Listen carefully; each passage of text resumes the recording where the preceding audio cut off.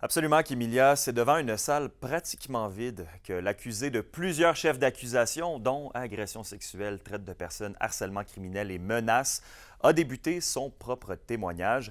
C'est un témoignage qui devrait s'étaler sur plusieurs jours, de sorte que ce matin, on a débuté par remonter loin dans l'histoire de l'homme et tranquillement, on est arrivé cet après-midi à ce chapitre sombre de ce qui s'est passé il y a quelques années dans sa demeure à Rouyn-Noranda. Bon, la défense entend présenter un tout autre portrait du milieu de vie particulier qui était le foyer Testa. Une maison non de l'horreur, mais plutôt de l'essai-erreur, où chacun avait sa place. James Testa a raconté comment les résidents en sont arrivés à demeurer chez lui. Il a également témoigné du tempérament explosif des résidents, qui pouvaient eux-mêmes disjoncter pour un oui, pour un non, dit-il.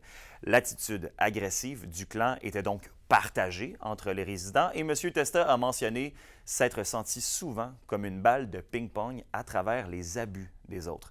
Donc, Kémilia, est-ce que M. Testa se présente comme une victime? Chose certaine, on a passé la journée à dépeindre des résidents dangereux, imprévisibles, qui plaçaient James Testa en situation d'impuissance. Cela dit, on n'est toujours pas rentré dans le sujet des agressions de nature sexuelle. Beaucoup d'événements restent à être abordés avec le principal intéressé. Le contre-témoignage de la couronne devrait commencer demain en fin d'après-midi et 3 autres témoins de la défense sont attendus dans les prochains jours. On vous revient évidemment avec la suite.